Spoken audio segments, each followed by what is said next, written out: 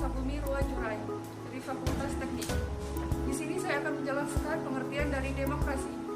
Demokrasi adalah sistem pemerintahan yang diselenggarakan dari rakyat, oleh rakyat, dan untuk rakyat.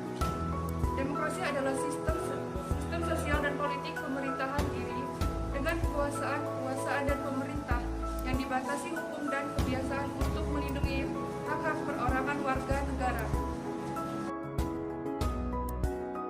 Baik, di sini ada beberapa gubernur di Lampung yang termasuk ke dalam sejarah demokrasi. Yang pertama ada Gubernur Zainal Abidin Pagar Alam, selanjutnya ada Sutioso Yasir Hadikoto, Yono Pradiyoto, Dr. Adesani Marsono, Dr. Adesa Ruin, Muhammad Ridho Sekado, dan yang terakhir ada Haji Arina Naidi. Baik, itulah tadi pengertian dari demokrasi dan beberapa gubernur yang termasuk dalam sejarah demokrasi di Lampung. Terima kasih. Di beberapa negara, istilah demokrasi banyak digunakan sebuah negara untuk menggambarkan sistem pemerintahan yang dianut.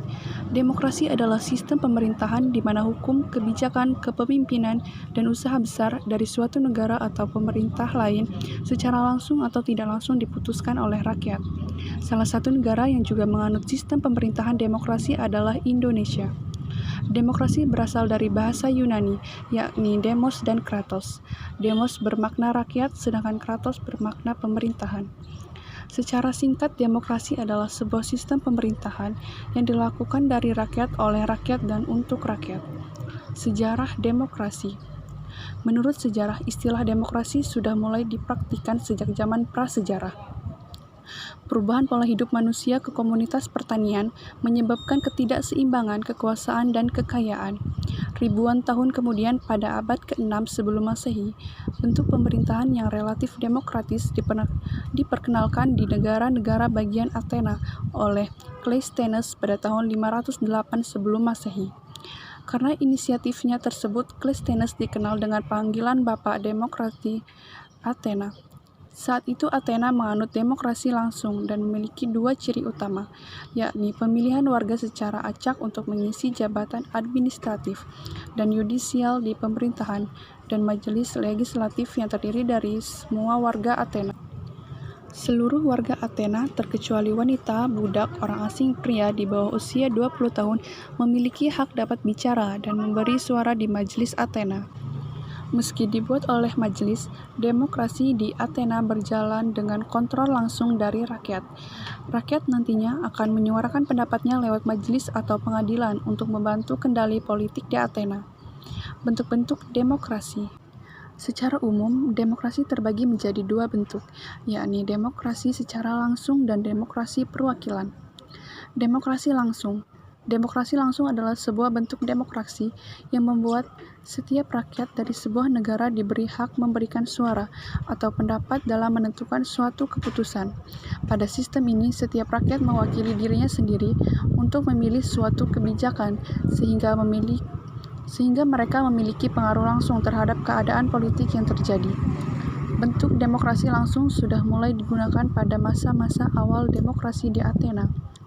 Saat itu, suatu permasalahan negara yang muncul harus diselesaikan dengan mengumpulkan dan membahasnya secara langsung. Semakin berkembangnya era modern, bentuk demokrasi ini sudah dirasa sulit dilakukan. Hal ini terjadi karena besarnya tingkat populasi suatu negara, dan akan sulit jika setiap rakyat ikut memberikan pendapat. Sistem demokrasi langsung biasanya cenderung sulit diimplementasikan karena masyarakat modern cenderung tak memahami berbagai permasalahan politik negara. Demokrasi perwakilan.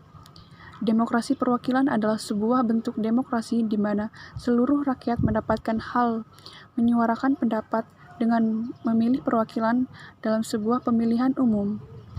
Prinsip-prinsip demokrasi. Menurut Ahmad Sanusi, ada 10 prinsip demokrasi yang perlu dipahami dari Undang-Undang Dasar Negara Republik Indonesia tahun 1945, antara lain, demokrasi yang berpegang teguh pada nilai ketuhanan yang Maha Esa. Demokrasi dengan kecerdasan, maksudnya adalah demokrasi yang mengatur dan menyelenggarakan demokrasi tidak menggunakan naluri. kekuatan otot atau kekuatan semata-mata, tetapi menggunakan Undang-Undang Dasar Republik Indonesia tahun 1945. Demokrasi yang berkedaulatan rakyat, demokrasi dengan rule of law, demokrasi dengan pemisahan kekuasaan negara, demokrasi dengan hak asasi manusia, menghormati hak-hak asasi manusia dengan meningkatkan martabat dan derajat manusia seutuhnya. Demokrasi dengan pengadilan yang merdeka, demokrasi dengan otonomi daerah untuk memberi batasan terhadap kekuasaan negara. Demokrasi dengan kemakmuran untuk membangun negara adil dan makmur bagi seluruh rakyat Indonesia. Demokrasi yang berkeadilan sosial bagi semua lapisan kelompok, golongan, dan lapisan masyarakat. Ciri-ciri pemerintahan yang demokrasi. Berikut 4 ciri-ciri demokrasi yang perlu diketahui. 1. Keputusan pemerintah untuk semua rakyat. Setiap keputusan yang diambil oleh sebuah pemerintahan dilakukan berdasarkan aspirasi dan kepentingan seluruh warga negara, tidak karena kepentingan suatu kelompok. Dengan mendengarkan seluruh aspirasi warga negara, demokrasi dapat mencegah berbagai tindakan korupsi, kolusi, dan nepotisme. 2. Menjalankan konstitusi. Setiap hal yang dilakukan pemerintah harus berkaitan dengan kehendak, kepentingan, dan kekuasaan rakyat dan berdasarkan konstitusi. Aturan ini sudah tertulis jelas dalam penetapan undang-undang, di mana hukum harus berlaku secara adil bagi seluruh warga negara. 3. Adanya perwakilan rakyat.